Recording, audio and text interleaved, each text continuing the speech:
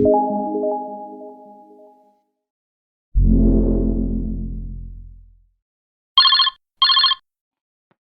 Jurwaling, UKM BK SI Unhas. Pada pelatihan kali ini tentunya tidak kalah seru dan bermanfaat dengan pelatihan-pelatihan yang ada sebelumnya. Dengan antusiasme teman-teman peserta semua, kegiatan ini saya berharap agar dapat memberikan manfaat dan ilmu yang dapat diimplementasikan untuk teman-teman semua di kehidupan sehari-hari. Saya juga berharap selama pelatihan ini, teman-teman dapat aktif bertanya ataupun mengeluarkan pendapat, dan selama kegiatan berlangsung diharapkan untuk teman-teman peserta tidak mengaktifkan mikrofon agar materi yang disampaikan itu dapat diterima dengan baik. Jika teman-teman peserta mempunyai pendapat atau pertanyaan, boleh langsung dituliskan melalui fitur room chat atau dapat menggunakan fitur raise hand. Baiklah, berhubung pemateri sudah bergabung sama kita di room kali ini, izinkan saya untuk menyapa pemateri terlebih dahulu. Selamat siang, Kak Kalam. Ya, siang. Salam kenal, Kak. Bagaimana kabarnya? Alhamdulillah sehat. Alhamdulillah. Baiklah, sebelum pemateri memulai pelatihan pada kali ini, izinkan saya untuk membaca CV pemateri terlebih dahulu. Nama lengkap Kalam Anata Mahardika, nama panggilan Kalam, tempat tanggal lahir 5/7/2001, alamat perumahan Gria Primatona Sadaya, asal instansi lembaga pers mahasiswa hukum Universitas Hasanuddin, riwayat pendidikan SD Negeri 103 Manado, SMP Negeri 1 Manado, MAN 1 Model Manado, Fakultas Hukum Universitas Hasanuddin. Pengalaman organisasi atau sebagai jurnalis, koordinator divisi penelitian dan jaringan kerja LPMH Unhas 2020-2021, BEM Eva Unhas periode 2019-2020, BEM Eva Unhas periode 2020 dan 2021, pemimpin umum LPMH Unhas 2021-2022, moto belajar menulis ujian skripsi tanpa revisi. Itu dia CV dari pemateri kita pada siang hari ini. Tanpa berlama-lama lagi, saya persilakan kepada Kak Kalam selaku pemateri pelatihan kali ini untuk membawakan materinya. Waktu dan tempat kami persilahkan.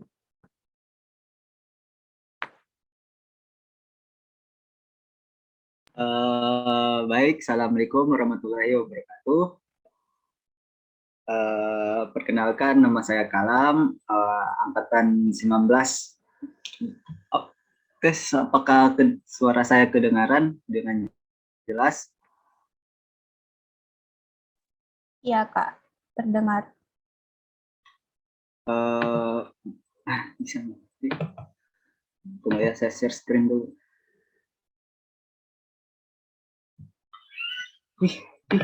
Mana ini?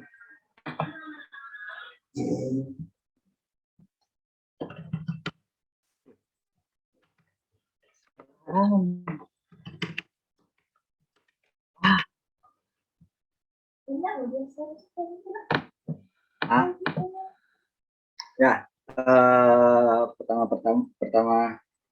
saya perkenalkan dulu lagi, nama saya Kalam Anata Mahardika dari Lembaga Pers Mahasiswa Hukum Universitas Hasanuddin, yang dimana ini UKM berada di Fakultas Hukum. Saya ingin bertanya dulu kepada peserta, ini peserta sudah tahu dasar-dasar jurnalistik atau belum?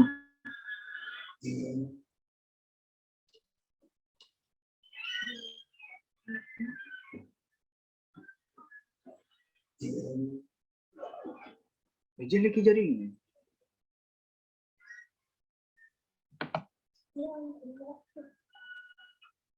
Mau keluar dulu.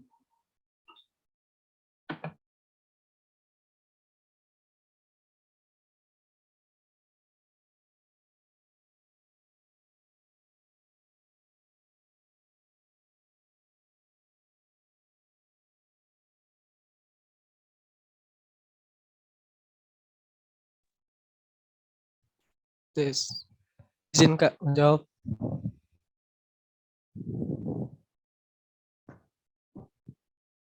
Cek apakah suara saya terdengar? Iya, terdengar. Baik, terima kasih atas kesempatannya, Kak. Jadi sebelumnya perkenalkan, nama saya Nathanael Sarakan, akrab disapa Nathan.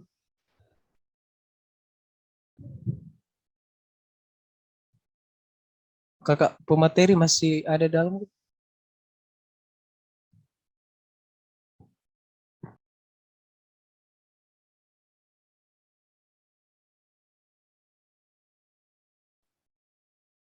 Iya, silahkan, Dek.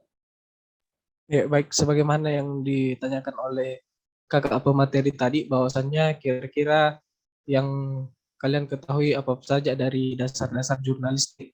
Mungkin menurut saya pribadi, Kak, dari pengertian saja jurnalistik itu, sebagaimana yang kita ketahui bahwa jurnalistik itu kegiatannya mengumpulkan data, peliputan, kemudian melaporkan seperti recording, writing, menulis naskah, dan publishing atau menyebarluaskan atau broadcasting. Mungkin itu saya, Kak, dari saya. Terima kasih.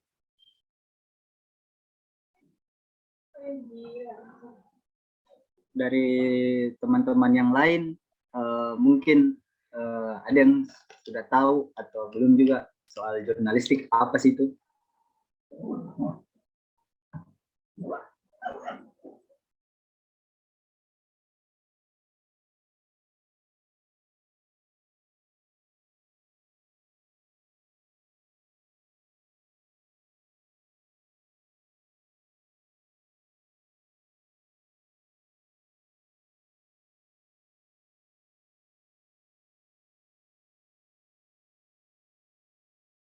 Bagaimana teman-teman yang lain? Ada yang mau memberikan pendapatnya atau menjawab?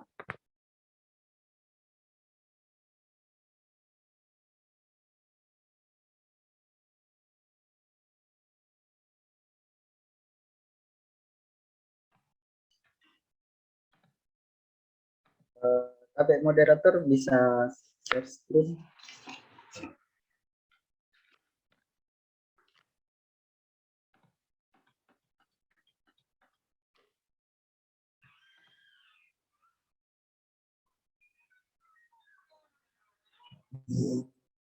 Ya, apakah terlihat ini PPT saya? Ya.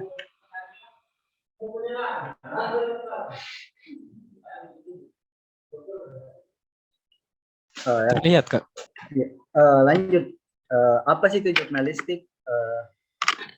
Teman-teman tahu tidak siapa itu Najwa Shihab, atau pernah baca Tempo, Tirto?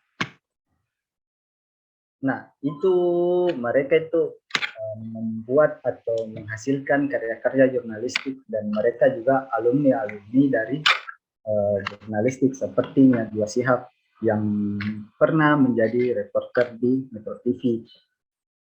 Tirto yang di media sekarang, media online ada Tirto namanya, itu merupakan nama orang atau dulu yang namanya Tirto Adi Suryo.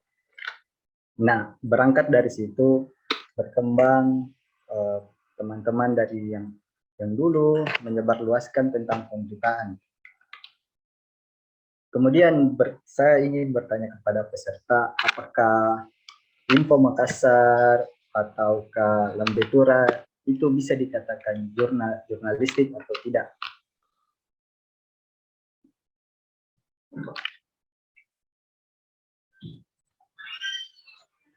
Ada yang ingin menanggapi?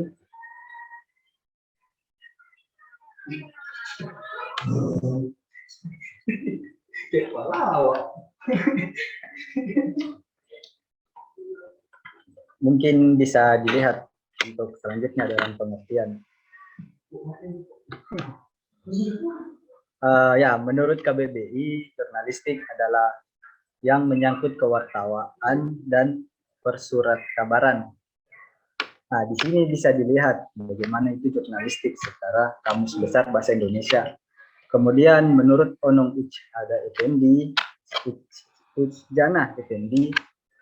Beliau ini adalah salah satu tokoh ilmu komunikasi yang pernah menjabat dekan Fakultas Ilmu Komunikasi di Universitas Pajajaran, yang mengatakan bahwa jurnalistik adalah kegiatan pengelolaan laporan harian yang menarik minat dengan cara terjun ke lapangan, kemudian disebarluaskan. Nah, di sini kita bisa dilihat yang saya bilang tadi, Najwa Shihab, atau yang acaranya Mata Najwa, Narasi TV, kemudian acara Kick Andy, baru atau berita-berita online. Nah, mereka ini bisa dikatakan jurnalistik. Mereka menghasilkan karya-karya jurnalistik. Mereka mengelola dan menarik para minat pembaca untuk membaca tulisannya mereka dengan sesuai fakta dan lain-lain. Nah, jadi dapat kita artikan jurnalistik adalah segala sesuatu yang menulis, mengedit, dan menyiapkan surat kabar secara berkala. Jadi seperti koran surat kabar yang setiap hari terbit, ataupun di media online yang waktunya yang tidak terbit, waktunya itu tidak ditentukan. Jadi setiap ada rangkaian kejadian atau rangkaian peristiwa, mereka langsung menulis. Makanya salah satu keunggulan di media online itu secara cepat untuk diterbitkan dan disebarluaskan. Lanjut. Nah, di sini apa sih perbedaan jurnalistik sama jurnalisme? Kalau teman-teman yang bisa jelaskan apa itu perbedaan jurnalistik sama jurnalisme yang dipahami lah.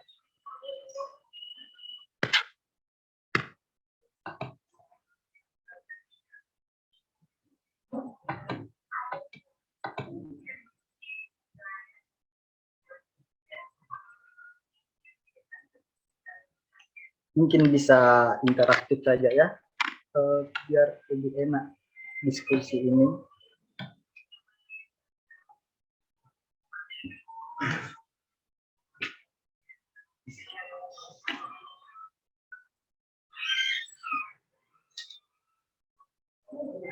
Halo.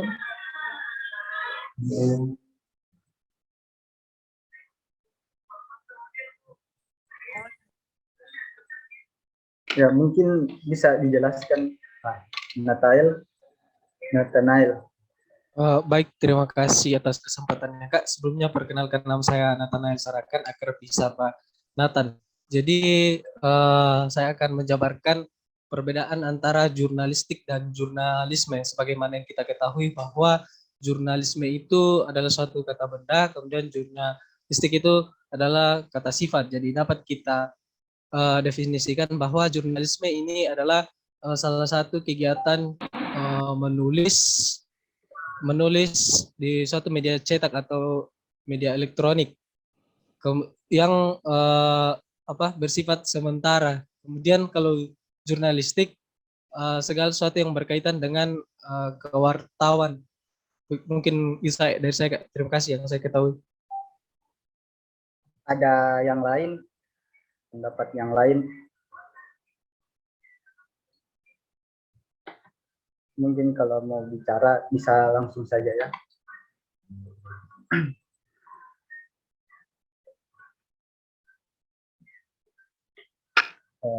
Kalau misalnya nggak ada, saya jelaskan.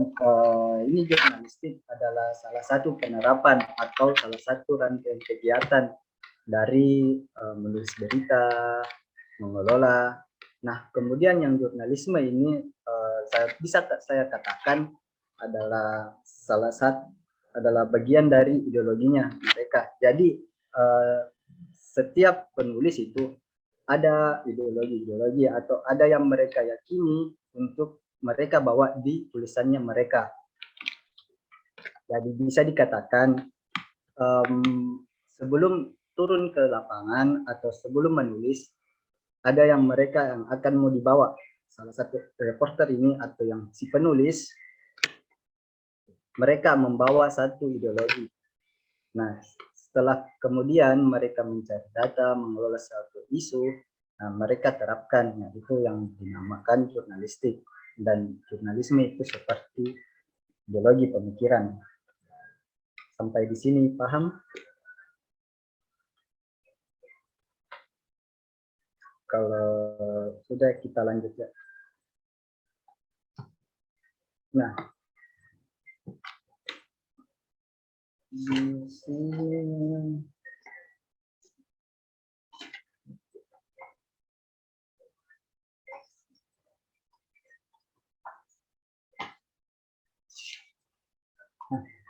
ini prinsip jurnalis yang menurut penelitian pada 2007 dan merupakan 9 elemen jurnalisme yang dikemukakan oleh Bill Kovacs, salah satu tokoh jurnalis dunia. Yang pertama itu ada kebenaran. Nah, di sini kebenaran itu bahwa setiap hasil karya jurnalistik harus benar-benar menuangkan suatu kebenaran dan tidak hoax dan dapat dipercaya. Kemudian loyal kepada masyarakat. Nah, di sini loyal kepada masyarakat itu jadi lebih mementingkan kesetiaannya mereka ke masyarakat. Jadi ada isu-isu ini yang diangkat dari masyarakat dan mereka tetap lebih dominan ke masyarakat daripada pihak-pihak yang lain. Lebih mementingkan kepentingan umum. Lanjut ke prinsip ketiga, itu verifikasi. Jadi menyusun suatu pemberitaan atau suatu tulisan harus melakukan verifikasi biar ini juga ada kevalitan yang mereka dapat dan bisa juga dianggap menjadi kebenaran. Nah, ini bisa menjadi satu kaitan. Kemudian kebebasan. Nah, dari sini para jurnalis bebas mengemukakan atau menulis suatu karya tanpa satu intimidasi atau diarahkan oleh para suatu golongan. Misalnya, saya ingin menulis tentang keburukan suatu golongan, tapi mereka ingin melarang yang pihak yang di sana. Nah, saya punya kebebasan untuk mengkritik mereka. Gitu.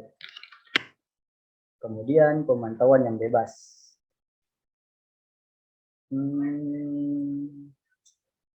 Pemantauan yang bebas, saya bisa katakan di sini jurnalis atau bisa saya katakan pers ini merupakan salah satu pilar demokrasi di Indonesia.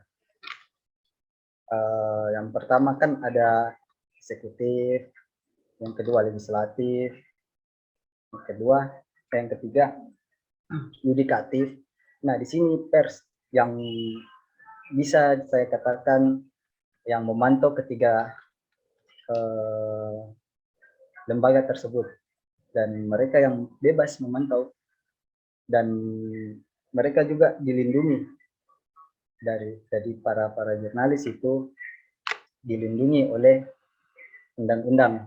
Nah, jadi mereka bebas di situ. Menyediakan ruang kritik dan komentar publik. Menyediakan ruang kritik dan komentar publik bisa saya katakan juga satu tulisan itu ada termuat namanya cover both side. Jadi kita menulis bukan cuma hanya dari satu pendapat atau hanya lebih condong ke satu pihak, melainkan dua pihak. Jadi komentar ruang kritik di sini ada pro dan kontra. Jadi di situ saya bisa katakan jurnalis itu menyediakan ruang kritik dan komentar publik. Kemudian menarik dan relevan. Nah, di sini bisa dikatakan ya bahwa setiap penulis itu harus menjadikan tulisan-tulisan yang menarik dan relevan. Nggak mungkin yang tidak menarik, boring, mereka sajikan. Mungkin mereka menulis yang tidak menarik, mungkin hanya kuranglah para pembaca untuk membaca hasil tulisan-tulisan tersebut. Maka di sini haruslah menarik dan menarik juga para minat pembaca, proporsional dan dari suara hati. Sampai di sini ada yang mau bertanya?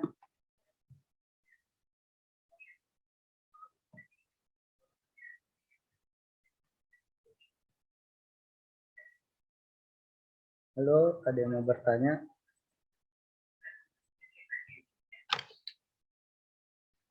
Kalau tidak, kita lanjut.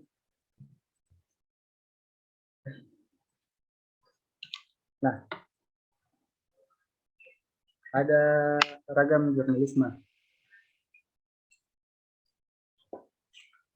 Yang ragam ini yang bisa saya katakan tadi, yang perbedaan jurnalisme sama jurnalistik. Nah, ini jurnalisme adalah suatu ideologi atau apa yang mereka percayakan, ada yang mau mereka tuangkan dalam tulisan-tulisan mereka. Yang pertama, jurnalisme sesuai khalayak. Untuk jadi jurnalisme khalayak itu untuk siapa kita menulis atau melakukan berita yang lebih mengacu ke artikel, pendapat pakar, dan kisah-kisah layak dan problematikanya. Jadi lebih mengacu ke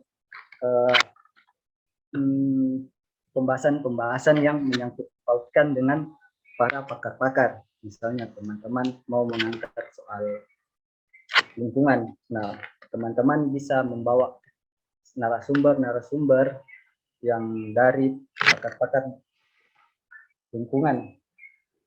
Kemudian ada jurnalisme ideologis yang lebih menekankan segi ideologi atau visi dari suatu jurnalis yang mereka tempatkan dan mengusung idealisme mereka sendiri. Contoh seperti di saya di sini di lembaga pers mahasiswa hukum, ideologis saya di sini atau ideologis kami di sini adalah jurnalisme kerakyatan yang kami bawa dan lebih mementingkan kerakyatan yang di mana kerakyatan ini bisa disebut mahasiswa. Teman-teman juga di belantara kreatif, jurnalisme lingkungan yang lebih membawa isu-isu lingkungan. Kemudian ada jurnalisme warga. Nah, di sini jurnalisme warga itu dilakukan atas inisiatif warga yang biasa yang tidak memiliki latar belakang profesi media. Lebih bisa saya katakan ini civitas jurnalis. Jadi jurnalisme warga lebih banyak yang tulisan-tulisan hasil dari warga. Misalnya di sini di Fakultas Hukum. Nah, ada mahasiswa yang tidak masuk ke lembaga pers akan tetapi mau memberitakan atau menulis tulisan karya jurnalistik. Nah, di sini mereka lah bisa dikatakan jurnalisme warga. Kemudian ada saling kerjasama sama yang lebih paham lah, makanya dituntut. Tapi jurnalisme warga sini yang lebih berperan itu dari warganya, misalnya mahasiswa. Kemudian jurnalisme sastrawi yang lebih menekankan dengan bahasa yang lebih menggugah emosi mereka dari para pembaca, dari latar belakang, kemudian peristiwa-peristiwa lebih detail. Kemudian jurnalisme investigasi yang lebih menguntungkan yang lebih dalam, lebih mendetail dari suatu isu. Lanjut, jurnalisme profetik. Jurnalisme profetik itu merupakan petunjuk ke arah transformasi atau perubahan berdasarkan cita-cita. Nah, di sini ada beberapa contoh atau beberapa jenis jurnalisme profetik, yang entertainment yang lebih memberitakan atau lebih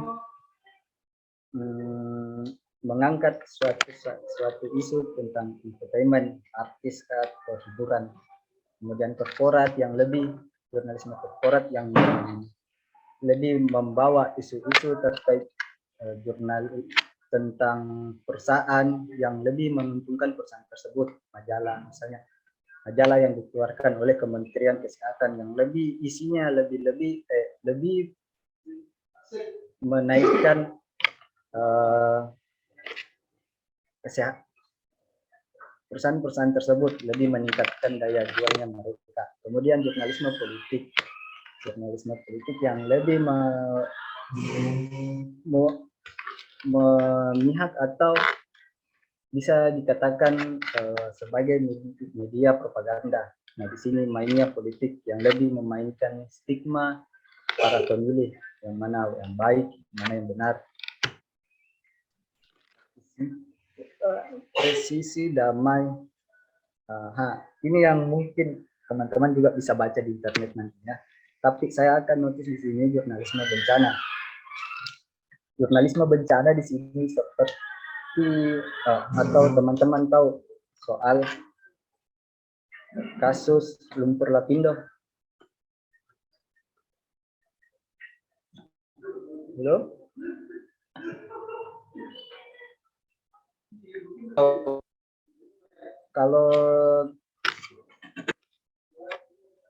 Kalau teman-teman tahu tentang itu lumpur lapindo, jadi bersangkut paut tentang jurnalisme korporat sama jurnalisme bencana. Misal Metro TV sama TV1. TV1 mengangkat bahwa ini lumpur Sidoarjo. Tapi di satu sisi ada di Metro TV yang lebih mengangkat ini jurnalis, apalagi lumpur lapindo. Nah, di sini mainnya, tapi jurnalisme bencana di sini jadi bagaimana kita mengabarkan soal bencana-bencana tersebut, mulai dari detail, tragedinya, bagaimana asal mulanya, kemudian dari pihak korban juga kita mengangkat.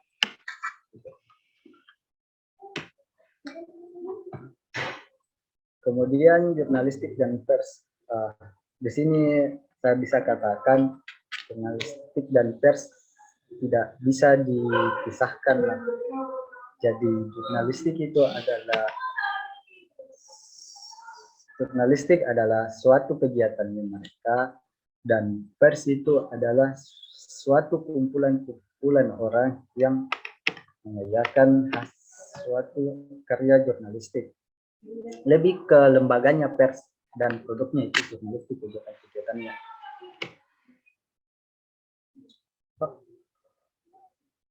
Nah, di sini ada definisi pers. Pers adalah lembaga sosial dan wahana komunikasi massa yang melaksanakan kegiatan jurnalistik, meliputi, mencari, memperoleh, memiliki, menyimpan, mengelola, dan menyampaikan informasi baik dalam bentuk tulisan, suara, gambar, serta data dan grafik maupun dalam bentuk lainnya dengan menggunakan media cetak, media elektronik, dan segala saluran. Nah, di sini juga apakah Lambekura itu bisa dikatakan pers, Info Makassar juga bisa dikatakan pers karena atau tidak, karena yang saya baca Info Makassar itu meliput, mencari, memperoleh, memiliki, dan menyimpan, mengelola, dan juga menyampaikan informasi pada bentuk tulisan, gambar yang diupload di Instagram. Nah, menurut juga ilmu komunikasi, pers itu usaha percetakan atau penerbitan, usaha pengumpulan dan penyiaran berita melalui surat kabar, majalah, radio, dan televisi. Orang-orang yang bergerak dalam penyiaran berita, video penyiaran berita, yakni surat kabar, majalah, radio, dan televisi. Nah, mungkin di sini teman-teman juga bisa mengetahui yang mana itu pers, yang mana jurnalistik. Kemudian lanjut yang saya katakan tadi, yang bebas untuk berpendapat, yang bebas untuk mengangkat satu isu, itu ada dasar hukumnya yang termuat dalam Undang-Undang Nomor tahun 99 tentang pers yang mengatur tentang prinsip, ketentuan, dan hak penyelenggara pers di Indonesia. Nah, di sini jadi teman-teman teman-teman yang akan lanjut ke dunia atau akan terjun di dunia jurnalistik seperti saya di sini, Lembaga Pers Mahasiswa Hukum, mereka di sini dilindungi oleh salah satu aturan yaitu Undang-Undang Pers. Nah, di situ ada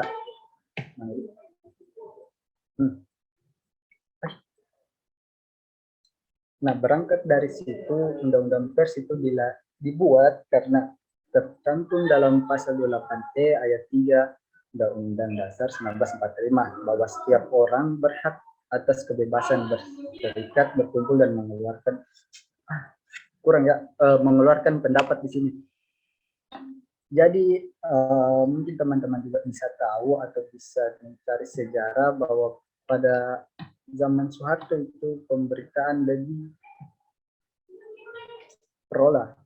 pro ke pemerintah, dan mungkin teman-teman dahulu pada saat zaman Soeharto pemberitaan yang lebih mengkritik pemerintahan mungkin tidak lama kemudian hilang orang yang menulis berita tersebut. Nah, di sini keluarlah setelah turunnya Soeharto pada saat 1998 tahun 1999 ketika Undang-Undang Pers yang mana lebih dilindungi lainnya pers berangkat dari Undang-Undang Dasar.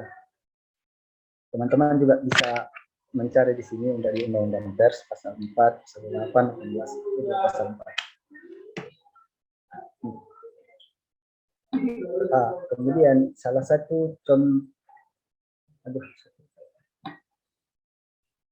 satu karya jurnalistik yaitu berita, dan mungkin teman-teman juga sering membaca soal berita. Menurut C.B. Wahyudi, penulis buku Komunikasi Jurnalistik, berita adalah sebuah uraian tentang fakta dan atau pendapat yang mengandung nilai berita dan yang sudah disajikan melalui media massa yang dipublikasi secara berkala. Teman-teman juga bisa lihat di sini yang mana yang berita tersebut. Jadi teman-teman juga bisa tahu yang mana berita, yang mana bukan. Ada juga dikatakan Hansi Nasution, berita adalah laporan tentang peristiwa-peristiwa yang terjadi yang diketahui oleh umum dengan sifat aktual terjadi di lingkungan pembaca mengenai tokoh terkemuka akibat tersebut mempengaruhi pada pembaca. Di sini mungkin lebih yang terakhirnya ini mempengaruhi pada para pembaca. Berita itu merupakan salah satu yang mengubah pemikiran masyarakat. Misalnya teman-teman ingin menulis sebuah yang dekat-dekat lah dulu yang sesuai di lingkungan Unhas. Teman-teman ingin mencari soal dana kemahasiswaan. Nah, di sini bisa teman-teman membuat berita bahwa ada penggelapan keuangan. Bisa mempengaruhi para pembaca yang terdekat, misalnya di Unhas, mereka membaca beritanya tentang ada penggelapan dana kemahasiswaan. Nah, di sini mempengaruhi para teman-teman mahasiswa yang mempercayai berita tersebut, kemudian ingin mempertanyai apakah betul atau tidak ke rektorat. Nah, yang saya tadi bilangkan mengandung nilai-nilai berita itu konflik, kemajuan, unik, penting, manusiawi, kedekatan, dan berpengaruh. Adapun jenis-jenis berita, teman-teman bisa tahu di sini straight news yang berita langsung apa adanya. Ini straight news biasanya yang langsung dan cepat, seperti yang di media-media online.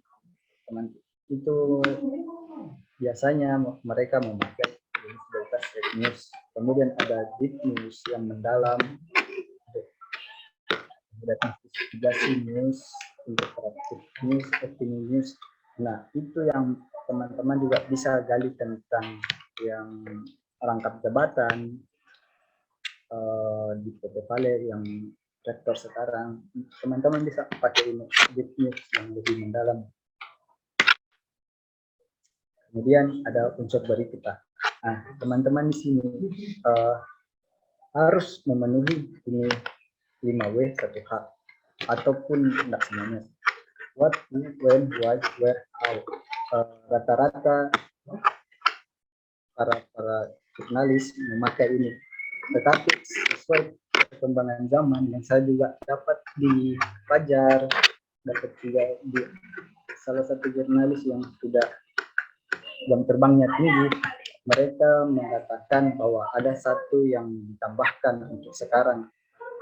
Jadi ada 5W, 1H, tambah 1S. So, what next? Apa kedepannya? Apa selanjutnya? Nah, itu yang sesuai perkembangan. Aduh.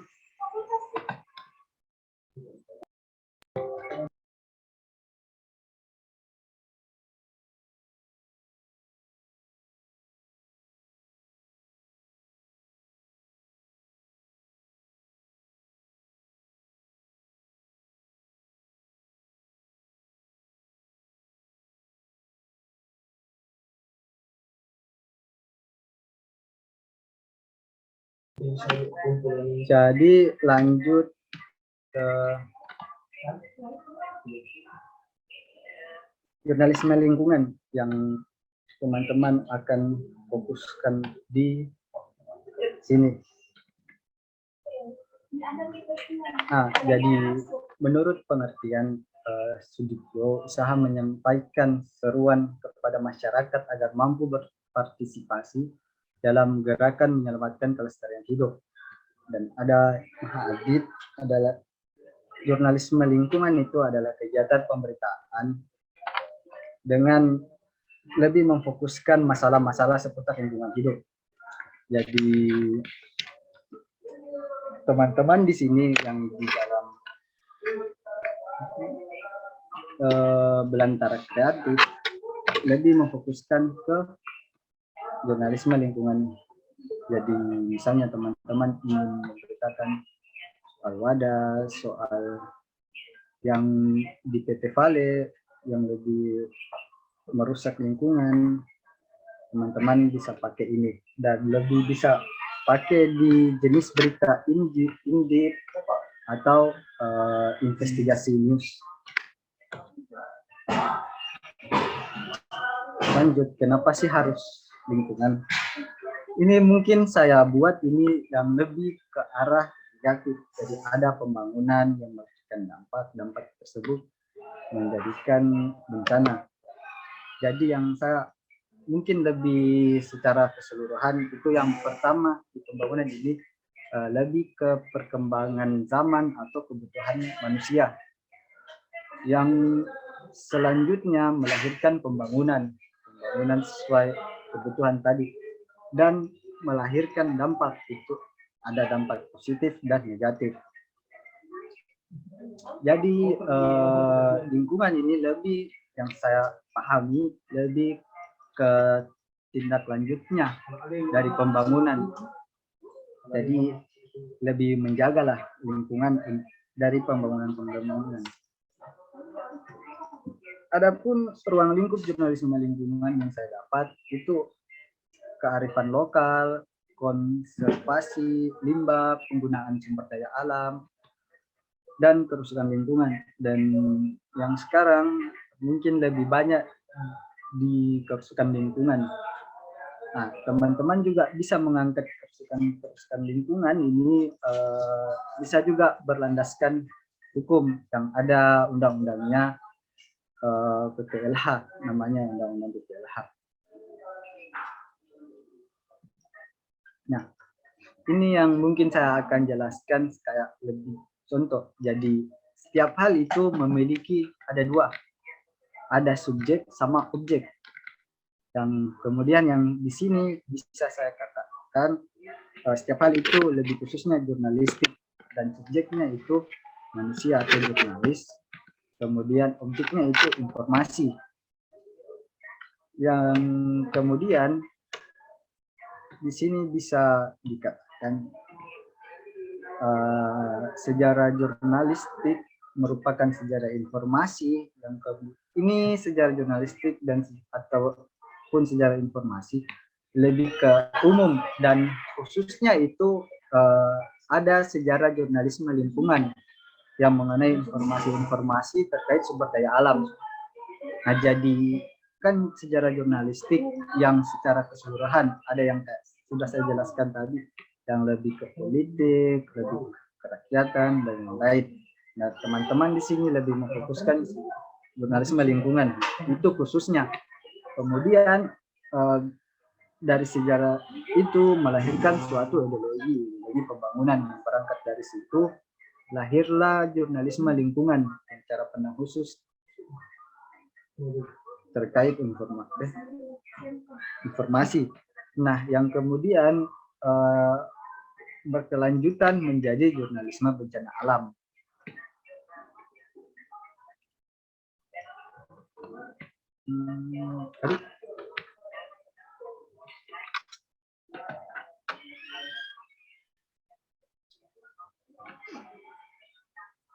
Saya ada kalimat penutup di sini dari William Shakespeare. Ketika kekasih bersumpah bahwa hatinya tulus, aku mempercayainya meskipun aku tahu ia berbohong. Nah, di sini juga bisa saya katakan ini berkaitan dengan wawancara kepada narasumber. Kan sebelum terjun untuk wawancara para narasumber, kita harus juga mengelola data dan kita punya datanya, kemudian kita wawancara dan apa yang narasumber katakan tidak sesuai dengan data yang kita punya. Jadi saya tahu dia ada menutup informasi dari kita, tapi kita sudah tahu ya. Jadi mau tidak mau kita harus percaya. Ya, terima kasih. Mungkin itu saja, saya kembalikan ke moderator.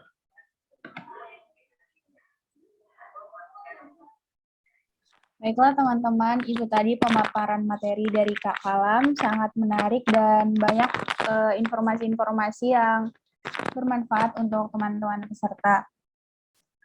Jika teman-teman peserta memiliki pertanyaan ataupun pendapat terkait materi ini, silahkan sampaikan secara langsung atau bisa di kolom chat dan akan saya sampaikan kepada pemateri.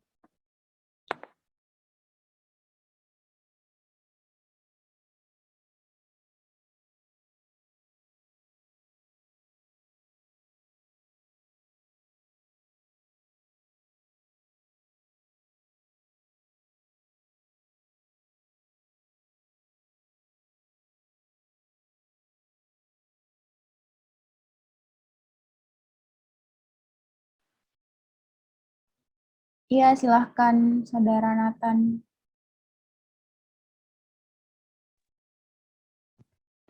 Baik, terima kasih atas kesempatan yang telah diberikan. Jadi terkait materi jurnalistik pada saat ini saya sangat tertarik dan saya pernah membaca suatu artikel dan saya akan bertanya, Kak, apakah dalam penyusunan produk jurnalistik pihak narasumber memiliki hak untuk mempengaruhi angle yang ditulis oleh seorang jurnalis? Karena ini saya pernah membaca, karena pada saat menjalani praktik lapangan, beberapa narasumber atau pemimpin organisasi atau pelaksana kegiatan sebelum melaksanakan wawancara itu memohon untuk mengirim terlebih dahulu produk jurnalistik kepada pihaknya sebelum hasil wawancara tersebut diterbitkan. Mungkin itu dari saya, Kak. Terima kasih.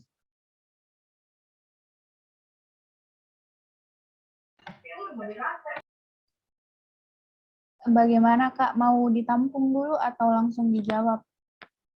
Saya jawab dulu ya. Oh iya, silahkan. Jadi saya juga pernah begitu dipengaruhi sama narasumber. Saya wawancara dekan yang mungkin hal yang kecil yang mereka berikan itu seperti minuman, seperti kue, bisa juga menjadi salah satu faktor bahwa kita akan menulis berita-berita yang baik dari mereka. Tapi saya tetap untuk menulis apa yang dari saya angkat dari pertama. Jadi saya tetap berpegang teguh kepada ideologi saya, lebih berpegang teguh kepada angel saya yang sebelum untuk terjun ke untuk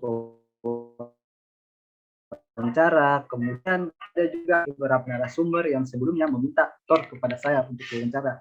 Tetapi mungkin kalau jika saya kasih turnya ke mereka, mungkin mereka bisa susun lebih dulu pertanyaan-pertanyaan, atau bisa dikatakan main aman jika pertanyaan-pertanyaan tersebut sensitif. Jadi kalau saya dari pengalaman saya, mungkin saya lebih tetaplah berpegang teguh kepada ideologi saya, dan untuk tornya itu lebih saya tidak kasih sebelum memulai wawancara.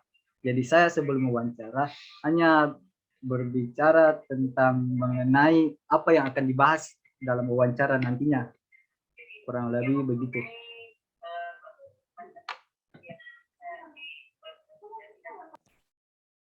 Ya, bagaimana Saudara Nathan, masih ada tanggapan? Saya pikir sudah jelas, Kak. Terima kasih banyak, Kak. Oke, silahkan Eni. Baik Kak, terima kasih atas kesempatan yang telah diberikan. Pertanyaan saya mengenai kesalahan. Jadi seumpama seorang jurnalistik ini dalam hal menulis, di tulisannya itu terdapat kesalahan, tapi tulisannya ini sudah dipublikasi atau sudah diterbitkan. Bagaimana seorang jurnalistik menanggapi hal seperti itu, Kak? Apakah mengulangi lagi tulisannya atau bagaimana? Terima kasih.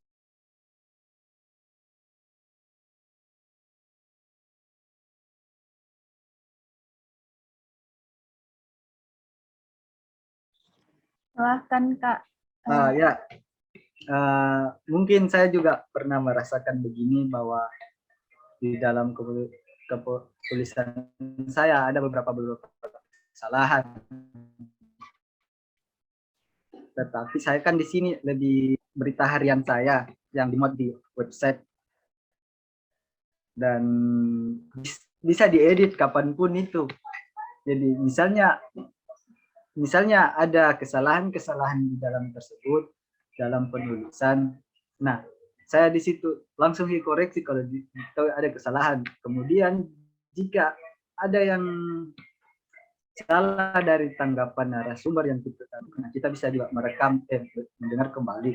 Tetapi kita salah memaknai dari hasil wawancaranya mereka. Mereka itu punya hak jawab. Jadi selanjutnya itu lebih menjelaskan soal yang topik yang sudah diangkat sebelumnya, yang mengenai si narasumber. Kemudian yang di surat kabar yang saya ketahui, mungkin jika ada kesalahan dari tahap penyuntingan ataupun dalam isi berita, itu yang saya ketahui bahwa terbitan selanjutnya mereka akan ditaruh di situ atau diinformasikan bahwa ada kesalahan dari terbitan sebelumnya. Jadi mereka merevisi dari terbitan selanjutnya, tapi hanya intinya saja. Tetapi dalam prosesnya yang saya di sini yang sedang dijalankan di lembaga pers mahasiswa hukum, itu mungkin lebih ke atasannya. Jadi ada struktur, yang pertama itu pemimpin redaksi yang mencari isu atau yang memimpin atau mengelola segala bentuk pemberitaan atau segala bentuk jurnalistik.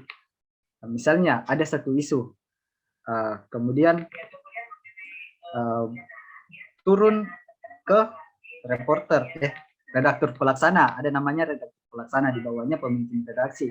Nah, redaktur pelaksana ini mengenai hal yang teknis yang mereka atur.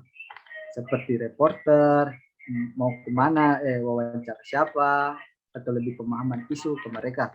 Kemudian turun ke reporter. Nah, reporter ini yang langsung prakteknya, langsung terjun ke lapangan. Pergi ke narasumber, menulis berita, ataupun lain-lain. Nah, setelah itu naik lagi ke redaktur pelaksana. Nah, di redaktur pelaksana ini di sini mereka yang revisi dan mereka yang memvalidasi lah soal pemberitaan tersebut. Nah,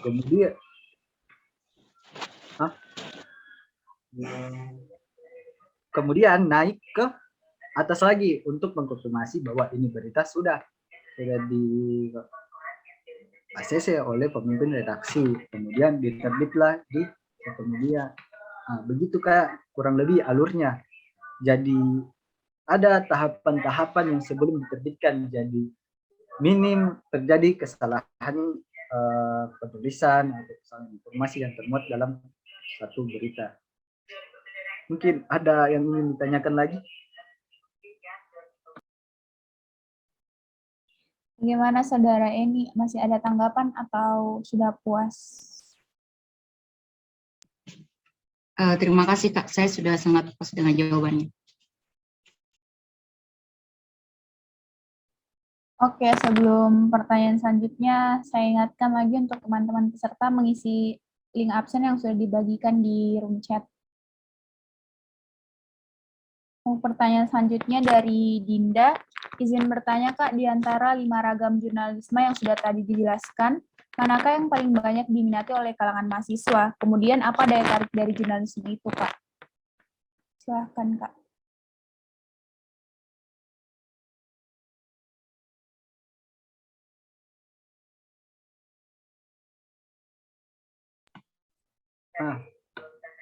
Mungkin lebih beda-beda setiap mahasiswa ingin di mana, tapi lebih banyak fokus-fokusnya ini kan terbagi-bagi, yang investigasi yang lebih mendalam dan lebih rinci. Tapi jurnalisme sastrawi lebih menggunakan bahasa-bahasa yang lebih emosional lah, bisa dirasakan. Nah, mungkin yang saya di sini, yang di Fakultas Hukum, mungkin lebih banyak di jurnalisme investigasi ataupun jurnalisme ideologis, karena mungkin mereka juga ingin mengetahui secara detail satu isu, kurang lebih begitu. Dan saya juga lebih tertarik di jurnalisme investigasi. Mungkin saya bisa juga kasih contoh jurnalisme investigasi lebih kayak seperti yang di-upload di kanal YouTube Watchdog yang soal tambang yang sebelumnya itu, yang sebelum pemilihan, yang mengenai tambang batu bara. Mungkin di situ dan lebih mendetail mereka dapat. Ada yang ditanyakan lebih lanjut?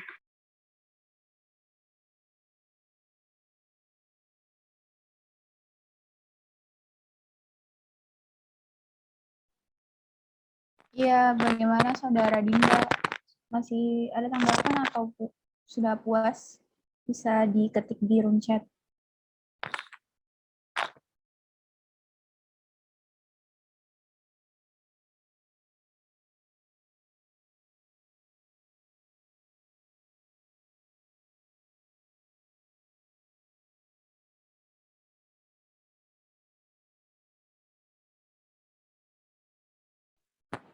Oke, pertanyaan selanjutnya silahkan Andi Nur. Baik, terima kasih Kak. Perkenalkan, nama saya Andi Nur Madani. Langsung saja pertanyaan saya yaitu, seperti yang kita ketahui di Indonesia, masih terdapat banyak jurnalistik yang terlalu menguak informasi contoh itu kehidupan korban. Apakah yang mendasari hal tersebut sehingga jurnalis Indonesia yang seperti itu dapat dikatakan melanggar asas moralitas dan melanggar hak properti pribadi dibandingkan dengan Contohnya tuh berita di luar negeri yang hanya memuat identitas lengkap tersangka dan lebih menghormati identitas korban. Terima kasih, Kak.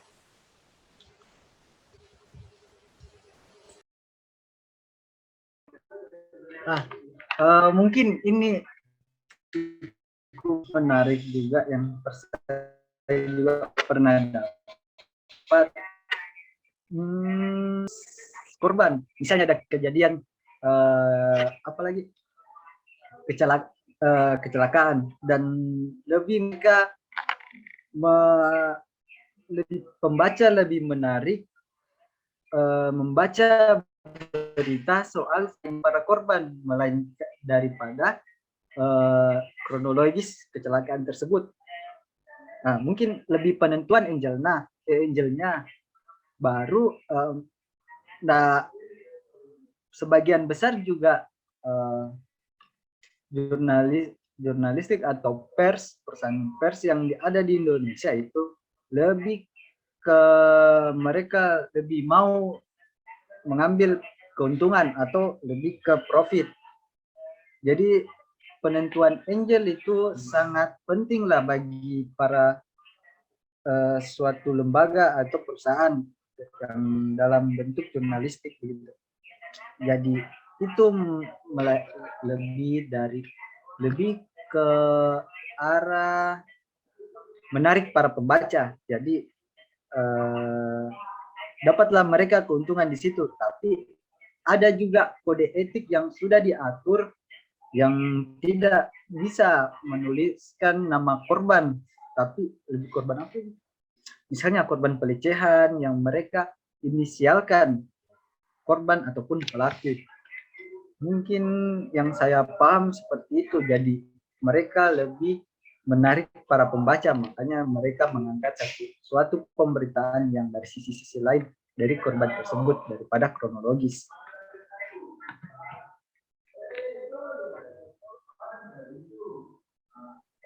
Ya, bagaimana Andi Nurmadani?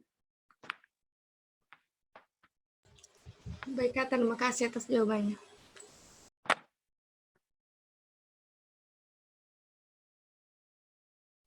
Selanjutnya ada pertanyaan dari Aura. Izin bertanya, Kak, selama berkecimpung di dunia jurnalistik, apa saja pengalaman menarik serta mungkin hambatan yang pernah dialami? Ya, mungkin lebih pengalaman menariknya, saya lebih banyak ketemu sama orang-orang yang besar.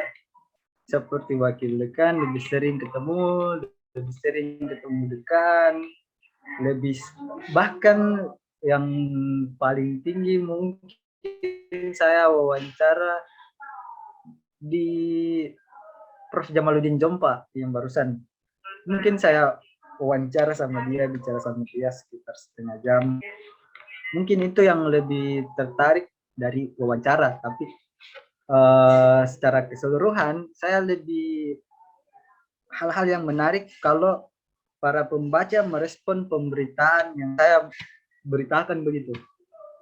Lebih banyak viewers, dan setiap saya ketemu sama orang, baru mereka bilang, "Wih, keren beritamu."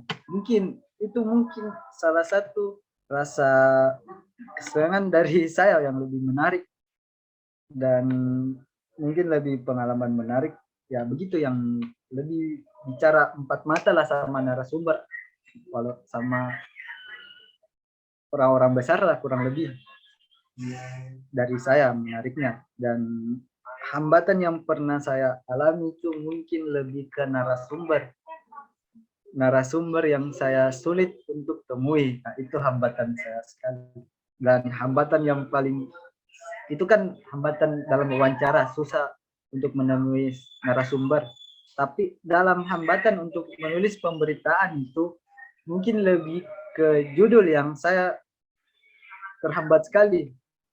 Jadi saya memikir kayak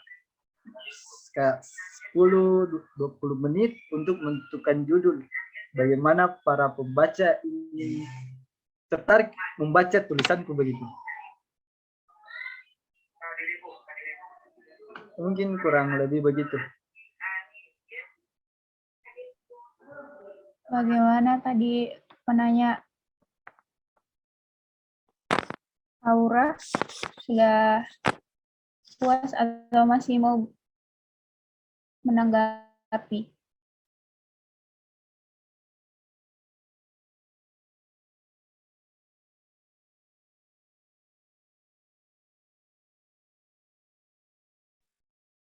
Oke, baik. Ke pertanyaan selanjutnya dari Bintang. Izin bertanya, Kak, menurut Kakak bagaimana menjadi seorang jurnalistik yang baik? Dan apakah ada ketentuan yang harus dilakukan ketika hendak menjadi seorang jurnalis? Yang mungkin yang jurnalistik, menjadi seseorang jurnalistik yang baik itu menurut saya berpegang teguh kepada ideologi. Dan jurnalistik yang baik juga memberitakan suatu isu yang fakta. Kemudian memuat cover both side yang menyediakan ruang pro dan kontra. Jadi satu tulisan termuat ada tanggapan pro sama kontra. Mungkin itu yang menjadi seorang jurnalistik baik, karena tidak bisa juga menjadi, apalagi kita masih mahasiswa, tidak kurang baiklah untuk berpihak kepada satu pihak. Teman-teman juga bisa membaca sebuah tulisan atau bagaimana, tapi dari satu kata saja bisa kita menentukan bahwa kita berpihak kemana. Misalnya saya kasih contoh yang pertama itu pedagang kaki lima di pintu 2 Unhas digusur oleh Satpol PP. Kemudian kalimat kedua, pedagang kaki lima di pintu 2 Unhas ditertibkan oleh Satpol PP. Nah, dari dua kalimat ini teman-teman bisa ditahu lah yang arah kemana ini si penulis berpihak. Hanya berbeda di satu kata, ditertibkan sama digusur. Nah, dari bisalah soal untuk termuat begitu, tapi tetaplah teman-teman menyediakan ruang pro dan kontra. Jadi itu ya menurut saya jurnalistik yang baik. Kemudian ketentuan yang harus dilakukan ketika hendak menjadi seorang jurnalis. Satu Ji, yang ketentuan yang harus dilakukan, rasa keinginan yang tinggi, keinginan tahuan yang tinggi. Itu yang paling inti. Jadi teman-teman banyak ingin mengetahui segala hal. Itu yang paling intinya. Jadi semakin banyak teman-teman ingin tahu, jadi semakin banyak juga karya-karya sebagai jurnalis yang teman-teman bisa hasilkan. Kurang lebih begitu.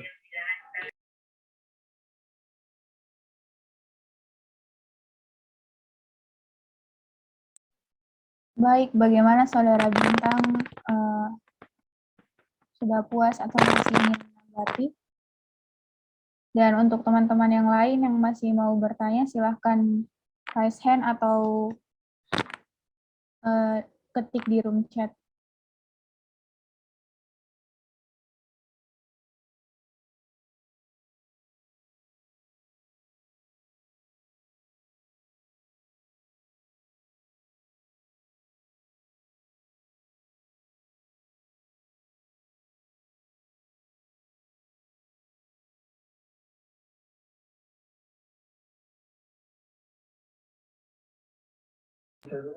Izin bertanya lagi, Kak.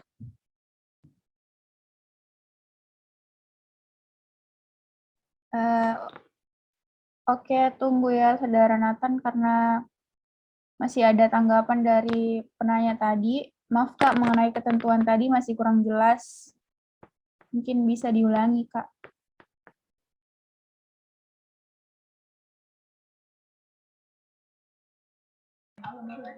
Mungkin teman-teman sebelum masuk yang ketentuan itu untuk sebelum masuk ya sebagai seorang jurnalis, teman-teman harus memiliki rasa keinginan tahuan yang tinggi dan mungkin butuh soft skill untuk menulis. Nah, dengan cara tulisan yang baku dan bagaimana. Dan satu juga kaya dengan kosakata. Jadi teman-teman tidak memakai hanya satu kata tersebut dari misalnya kemudian, selanjutnya, dan lain-lain.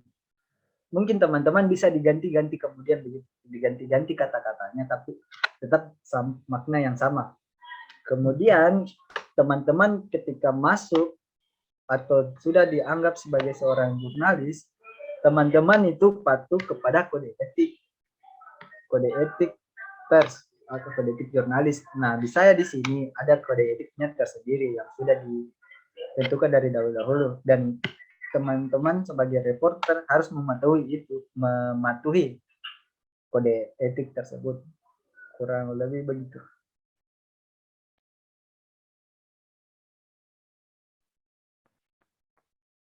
Baik, terima kasih Kak. Silahkan Nathan yang mau bertanya lagi tadi.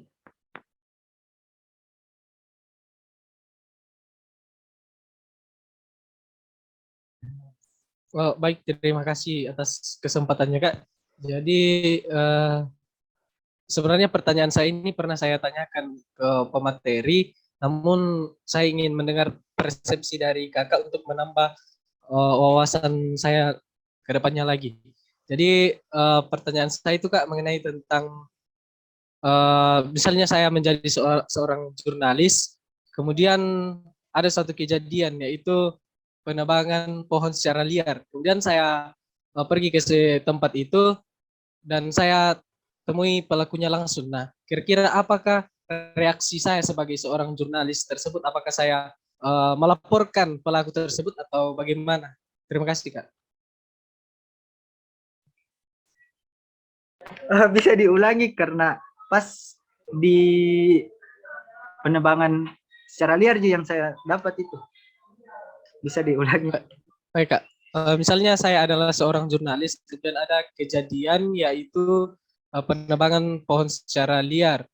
Kemudian pada saat itu saya pergi investigasi ke hutan tersebut. Kemudian saya menemukan pelaku tersebut.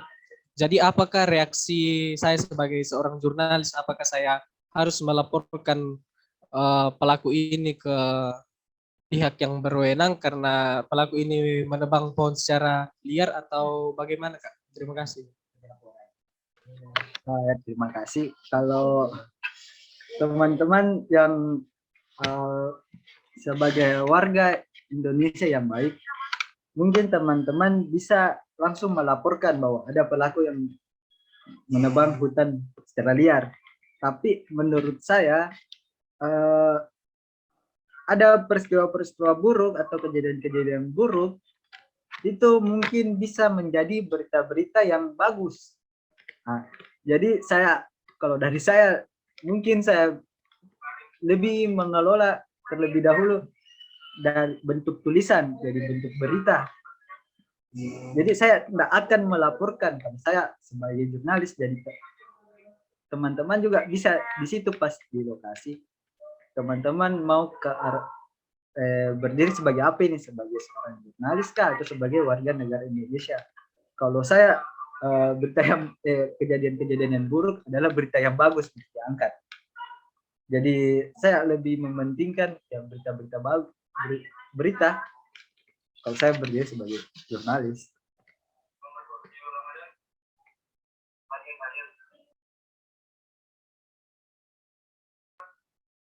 Bagaimana Nathan?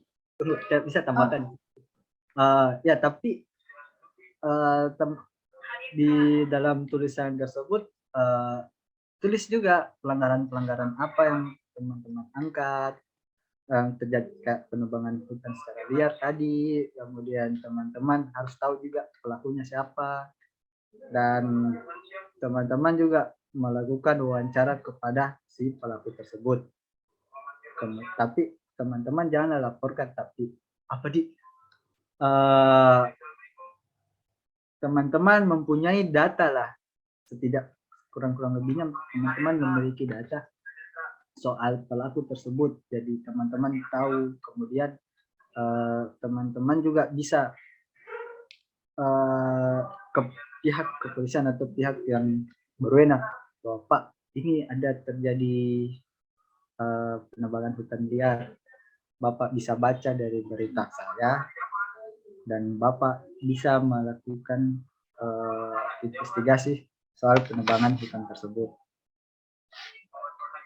Jadi ya begitu, berita teman-teman mengangkat sebuah pemberitaan, teman-teman menyebarluaskan, kemudian teman juga bisa melaporkan, tapi lebih mengarahkan ke berita teman-teman.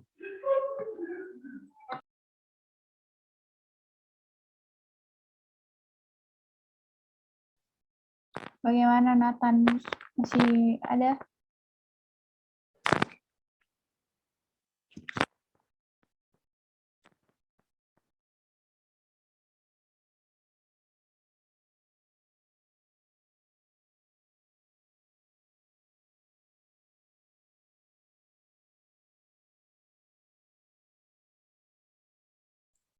Ya, mungkin tidak ada dari saudara Nathan.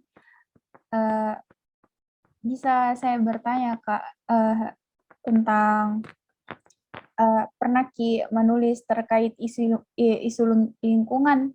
Jika iya, tentang apa itu yang kita tulis dan bagaimana kita... Kalau soal lingkungan ya, kalau soal lingkungan untuk saat ini kami juga sedang penggarapan satu bentuk karya jurnalistik yang mengangkat sebuah ruang terbuka hijau.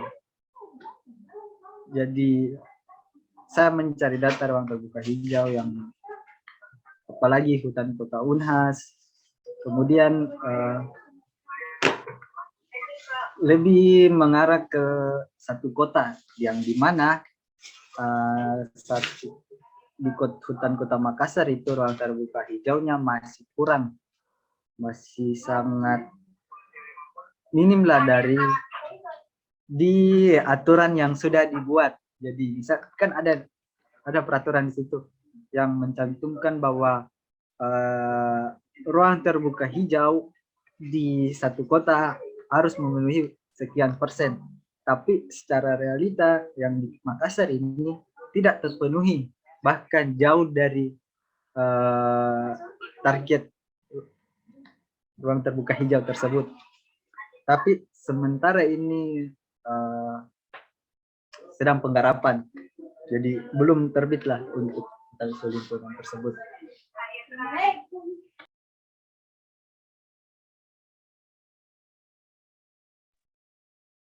Oke, baik Kak. Terima kasih atas tanggapannya.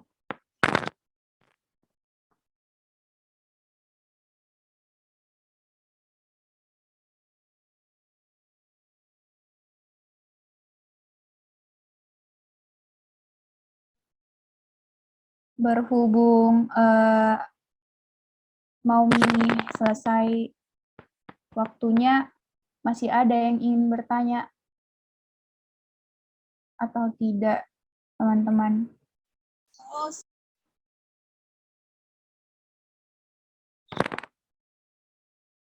Saya.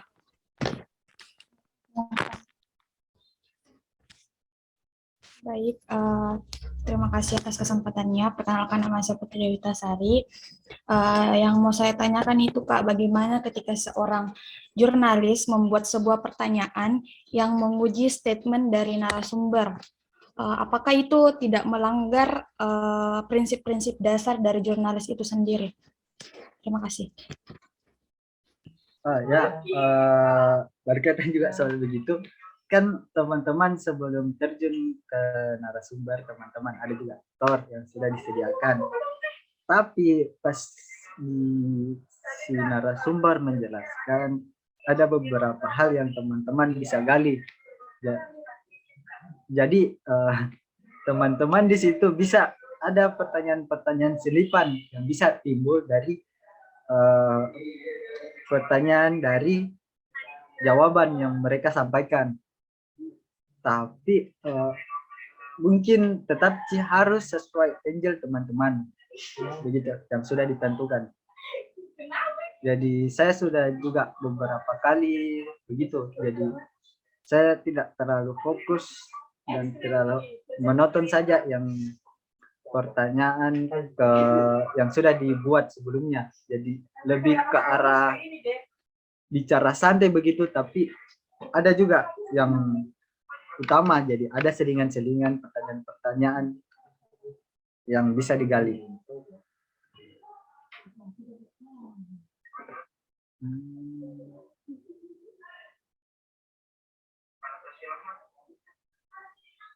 Bagaimana Saudara Putri? Tapi kalau saya misal Kak, ketika jurnalis itu buat pertanyaan yang merujuk ke narasumber kayak secara tidak langsung itu seperti menghakimi statement dari narasumber itu sendiri, apakah itu bisa dibilang melanggar prinsip dari jurnalis, Kak? Mungkin kalau saya belum pernah untuk menghakimi secara langsung dari pendapat saya, tapi tor yang saya buat itu yang seperti misalnya dekan toh yang saya wawancara, saya hakimi dekan, tapi berangkat dari keresahan dari mahasiswa. Jadi saya melakukan survei dulu, jadi saya bawa ke sana bukan dari keresahan saya pribadi atau dari pendapat saya pribadi, tapi dari teman-teman mahasiswa lainnya begitu. Jadi seakan-akan misalnya kita independen, jadi misalnya mendekan tabe Prof, jadi begini, dari pihak mahasiswa menganggap bahwa Prof ini sudah melakukan pelecehan seksual, begitu. Jadi bukan saya yang menghakimi, jadi saya berangkat dari teman-teman mahasiswa.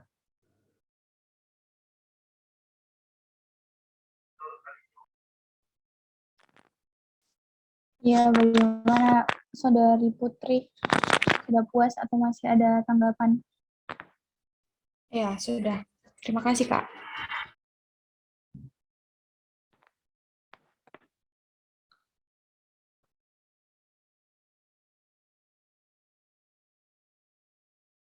Oke, satu pertanyaan terakhir, nah. Silahkan Pak Reza. Baik, Assalamualaikum warahmatullahi wabarakatuh. Terima kasih atas kesempatannya. Sebelumnya perkenalkan, nama saya Muhammad Fareza. Jadi kita sebagai jurnalis punya dua narasumber. Ketika kita mewawancarai narasumber pertama, dia mengatakan A. Kemudian kita mewawancarai narasumber kedua, dia mengatakan B. Jadi kita sebagai jurnalis ini bagaimana bisa mengetahui fakta yang sebenarnya dari dua narasumber kita yang menjelaskan hal yang berbeda. Begitu, Kak.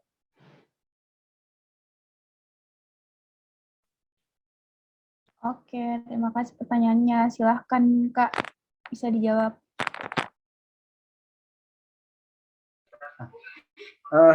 Mungkin begini, teman-teman juga bisa mengetahui secara teknis atau secara mendalam lah soal jurnalis. Teman-teman bisa lah berkunjung ke sekret saya di sini, Lembaga Pers Mahasiswa Hukum. Tapi yang saya mau jelaskan juga, sebelum menentukan narasumber, saya juga lupa taruh di PPT saya, ada tiga lingkaran atau tiga. Pertama lingkaran kecil, di tengah lingkaran sedang, sama lingkaran besar. Nah, lingkaran kecil ini narasumber yang mengalami atau yang misalnya kecelakaan. Nah, siapa yang mengalami? Nah, 2 orang atau 1 orang pengemudi, kemudian jadi saksi juga. Mungkin teman-teman menentukan dulu narasumber yang mana terlebih dahulu atau narasumber yang mana layak untuk diwawancarai. Kemudian lingkaran yang kedua. Nah, lingkaran kedua itu misalnya yang saya angkat itu yang tadi kecelakaan yang menangani atau orang-orang terdekat. Kemudian lingkaran ketiga yang mengetahui kejadian tersebut. Jadi lebih dekat narasumber tersebut, jadi lebih layaklah untuk menjadi narasumber. Kemudian ada terjadi dua pendapat yang berbeda. Nah, malahan saya lebih bagus begitu karena ada cover both side-nya. Jadi ada pro sama kontranya, tapi lebih mana yang kita akan percaya. Mungkin berita selanjutnya jadi satu berita saja, misalnya tidak cukup mungkin untuk satu berita, mungkin 2 atau 3 untuk jadi berita yang dapat dipercaya atau informasi yang valid. Jadi misalnya yang pertama yang misal terjadi peristiwa, kemudian berita kedua ada dua pendapat, kemudian ada yang ketiga mungkin lebih klarifikasi, ya begitu ya, lebih intinya dan lebih informasi yang jadi satu, bukan menjadi dua pendapat yang berbeda, begitu. Kalau dari saya begitu, mungkin tidak cukup dari satu pemberitaan saja, mungkin menjadi 2 atau 3 berita. Bahkan lebih bagus juga kalau ada pro kontranya begitu.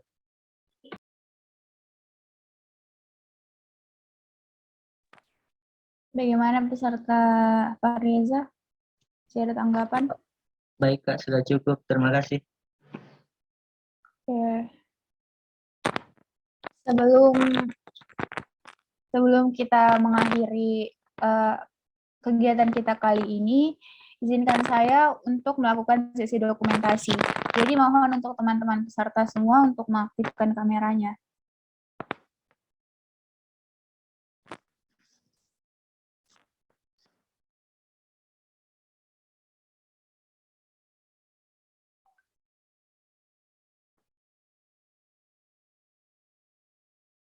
Ya, teman-teman, mungkin bisa dipercepat di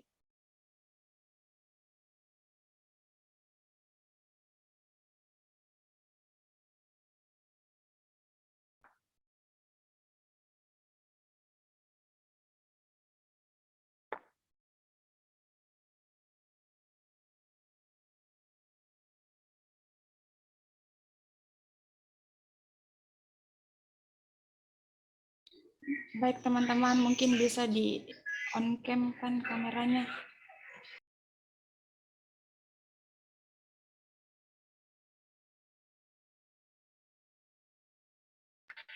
Saya screenshot Mina. Slide pertama 1, 2, 3.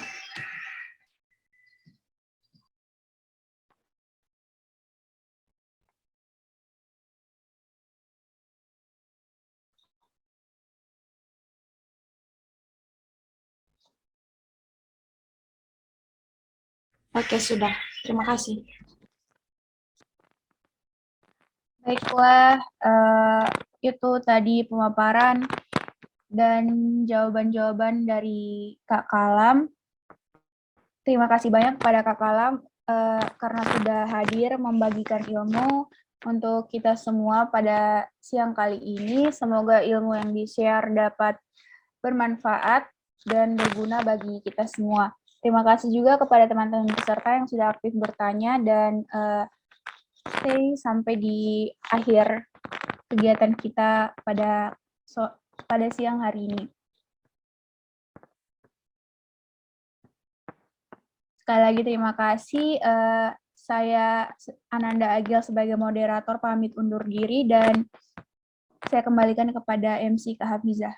Terima kasih.